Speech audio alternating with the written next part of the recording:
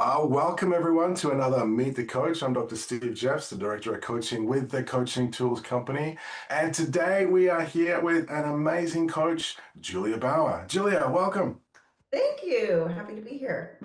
And of course, we also have another amazing coach, Erwin de Graaf, but the focus is not on him today. No, not today. Thank you, Steve. Welcome, Julia. Thanks. Good to see both of you. Hey, Julia, to get started, what is it that you love about coaching? Oh, there's so much. Um, I think, probably first and foremost, it's just getting to help people using skills that I have developed over many years and also natural talents to offer something to people that they might otherwise not receive. I think coaching is such a powerful experience and relationship for people. And as soon as I discovered coaching, I just knew this was for me. And that was over 20 years ago. It just is that beautiful blend. It has, some therapy sort of feeling to it without being therapy. And I really believe in the power of understanding and leveraging a person's strengths and then using that knowledge to really truly manifest what it is they want in their lives. And that's what coaching is all about. It's really about sort of assessing where one is and understanding oneself well, recognizing, figuring out, which can be a big challenge a lot of times, especially doing it ourselves, where we want to go, what we want to do, how we want to live, and then having somebody partnering with you to help you figure that out and actually make it happen. And I mean, I've seen it over and over and over happen in my clients' lives, and there's like nothing more thrilling to me than that. What? Absolutely. It's a real energizing, to be part of that. Hey, Yeah. how does you mentioned 20 years of experience in coaching? How does that inform how you show up and work with your clients today? I think my approach to coaching has really evolved and matured over time. When I first started off, like a lot of coaches, I was sort of rigidly trying to follow the coaching rules, how I was trained to be a coach, with a lot of anxiety and focus on self. And over time, I learned to trust myself, to trust the client, to do all of those trust things that were taught in coach training, but are maybe a little hard to internalize, especially when you so desperately want to be of service to the person that you're coaching. So I think the experience and maturity and just realizing that sort of when I relax into the coaching engagement and focus on really the other person and being present for them and providing them with whatever it is they need in that moment to achieve what they want, it doesn't have the heaviness. Coaching feels much lighter and I think is more fulfilling for the client. So it's just this sort of process, I think, of maturity and evolution and experience and coming into my own as being more truly who I am as a coach and knowing that I bring what's uniquely mine, which works great for some people, might not work for everybody, but for the people it works for, I think it's great for them and it's great for me. So, what is your focus? Do you have a specific focus as a coach that you work with? Who is your ideal client? Yeah. So for the last 4 years, I've done a lot of coaching, one-on-one coaching and small group coaching for an organization called Chief, which is an executive women's organization. And I found that work really fulfilling. I just love working with executive women. It's fun, it's satisfying, very inspiring.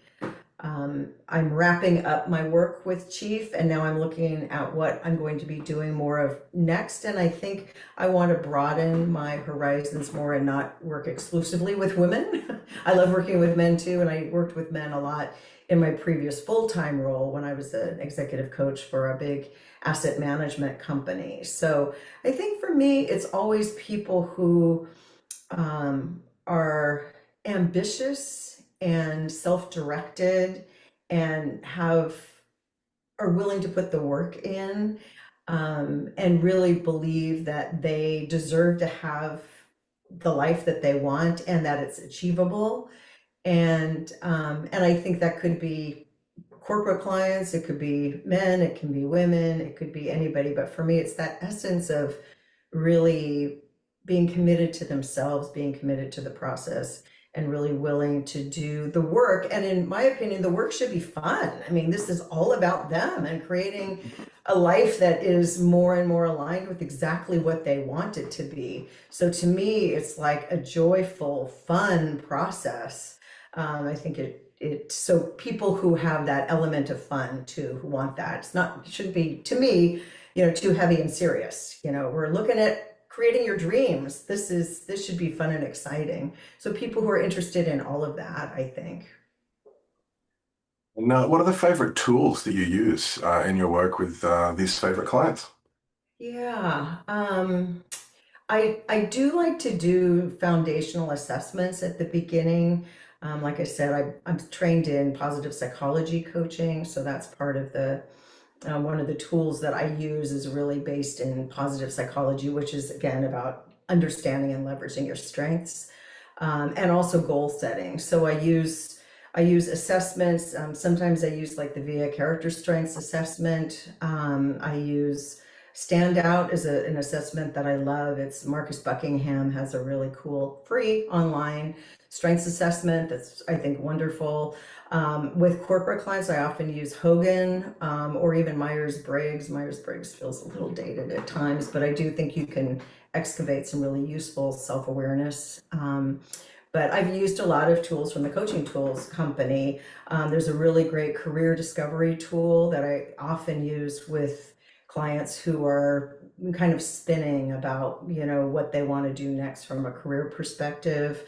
I use goal setting tools. I use a goal map, depending on the client, whether or not it's of interest to them, but helping them once they've identified their values, their strengths, their passions, their interest, and started laying out some of the goals that they have. I have a one-page document that they can complete and summarize all of that in, and then print it and keep it on their desktop or on their iPad or whatever to remind them of what their goals are, why they matter to them, and what actions they're taking to achieve them. So I found that goal map to be really useful. It's a nice combination of sort of um, intellectual, but also really physical, tactical. So that I think often works well. I use the Wheel of Life, that's a tool that's been around forever. I have a really nice download from the Coaching Tools company, actually, that I use.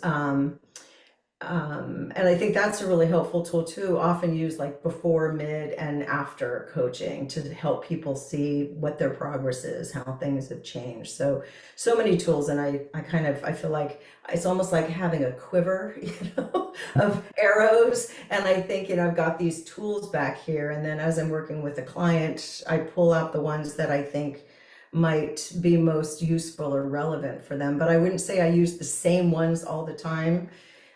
It really varies depending on what I think will be most useful to the client. I think it's a great description of still being coach-like while using tools. It's not about the tool, it's about how we use the tool to serve the client. And so right tool, right time, and being able to flex and adapt, I think is part of that maturity that you were speaking to before. Yeah, that's right. And some people don't like tools. Some people it just feels like, oh, I'm back in school and I have to do homework and, it's a turnoff. So I find other ways of getting that information and creating that self-awareness. Some people love them and, the more the better and, they find them really useful. So I do, yeah, it's like, it's a dance. It's funny how the terminology that we learned way back in, coach training comes forward, and it really is true, that the dance and being able to just flex with what they need and not getting worried about doing it right, but doing what's right for them. Mhm. Um, yeah. Mhm.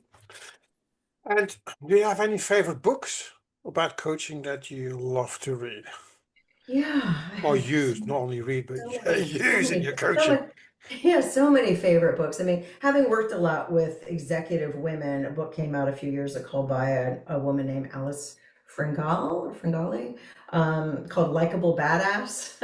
And I don't know if you're familiar with it, but it's excellent. And it really, I think, helps particularly women, although I think it's useful for men as well, understand better how both likability and also um, assertiveness are necessary for them to be able to achieve. I mean, if you're just likable but you're not assertive, you can sort of be a doormat, right? You're the person who's picking up the dirty coffee cups and pushing in the chairs at the end of the meeting.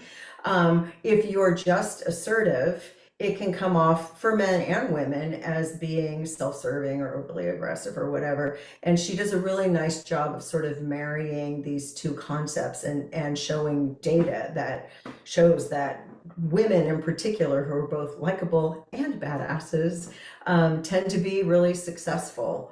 So anyway, I love that book. I also am a huge fan of Dan Pink. He's written a lot of books, social scientists. One of my favorites is Drive. It's an older book, that came out 15 or so years ago, but it's about human motivation theory. So he did a lot of research and found that what motivates people generally are three things: autonomy, mastery, and purpose. And I really integrate that into my coaching as well, because I think it really resonates for me. People want to be autonomous in how they work. Nobody wants to be micromanaged. We're all grown-ups. We don't want to be told what to do and how to do it. So autonomy is a really motivating. Mastery, having an opportunity to get better at something, but have things be challenging, but not so challenging that it's overwhelmingly frustrating, which makes us want to give up. And then purpose, which is a huge part of what I focus on when I'm coaching, is what is your purpose? What matters to you? What are your values? What drives you? What's important to you in your life? What do you want your legacy to be? And those three things, I think, combined, can really help people get clarity around what they do and don't want to do, or why they don't like what they're doing. I love everything about my job, but my manager's a micromanager, and it just makes my life misery. Or I really work best from 2 p.m. to 4 p.m., but I have to be on Zoom calls at 6 a.m. every day, and it's killing me. So it can be used to help people better understand themselves and then make changes that can work better for them. So those are just a couple. I'm always looking for new books and trying to learn new things. I will admit, as I'm getting older, I'm doing more audio books and more, sort of book summaries so that I can get the essentials without having to maybe, spend 10 hours listening to a book. But there's so much available, and it's fun to be constantly finding new books and new concepts that I can apply to my own life and also use for my clients. Absolutely important to stay fresh and stay current and have new perspectives on the same things. I think you're referencing some things, Dan Pink, for example, that have been around for a while, but it's not just how old or how new something is, it's how do we actually apply it and how does it apply to the places that we want to be using it. And I think that's the magic of us continuing to grow and, of course, to role model this developmental journey that we're encouraging our clients to go on. So I think that's inspiring. And thank you for those recommendations. You're welcome. Yeah, and if I can add one other thing there, I think I describe myself as a pragmatic coach, and it's one of the things I like about coaching. So I didn't become a therapist because I don't really want to spend too much time looking back and sort of analyzing. It's interesting and it can be fun, but it's not always that useful in terms of helping people make changes in their lives. And I'm always looking for pragmatic tools, things that can really support people in making the changes they want, and also simplifying how they go about doing it, because I think life can already feel really complex and hard, and coaching doesn't need to be. So I feel like part of my role as the coach is to make it easier for them, help boil things down, bring things forward that are really going to be useful to them without a whole lot of noise or extraneous stuff that they don't really need. So that pragmatic sort of bring forward what is really going to be useful and helpful and productive and move things forward is what I'm always looking for. Hmm? Love it. So you're saying as well that you, with the books, that you love to learn new things. Are there any trainings that you've done and that you think that's interesting to look at and that helped you to really move forward as a coach? Yeah, for sure. I mean, one of the things I have a PCC from the ICF, and one of the things that I love about being a credential coach is that, professional development is a requirement, as I should think it should be. So I look at the professional development requirements for ICF credentialing as a real positive thing. That's how I met you all. I decided to sign up for the Beyond Sessions program, which I really enjoyed and appreciated.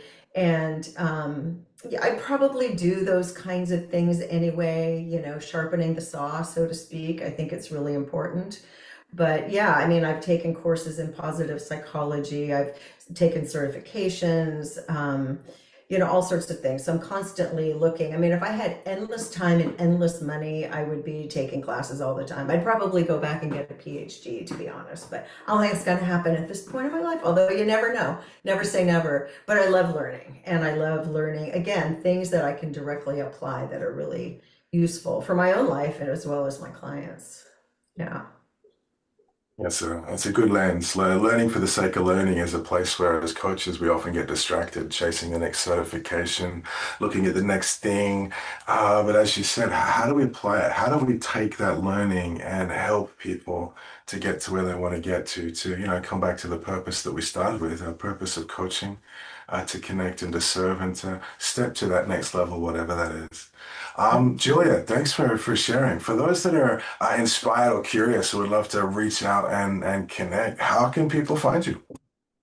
My website is Silver Sage Strategies. That's the name of my company, Silver Sage Strategies. So www.silversagestrategies.com. My email is juliab725@gmail.com. Yeah, so yeah, I would love to hear from anybody. I love to connect with other coaches, and yeah, I really appreciate this opportunity. It's been fun. Great questions, and great chance to sort of think about some things that maybe I know but I don't articulate. So thank you.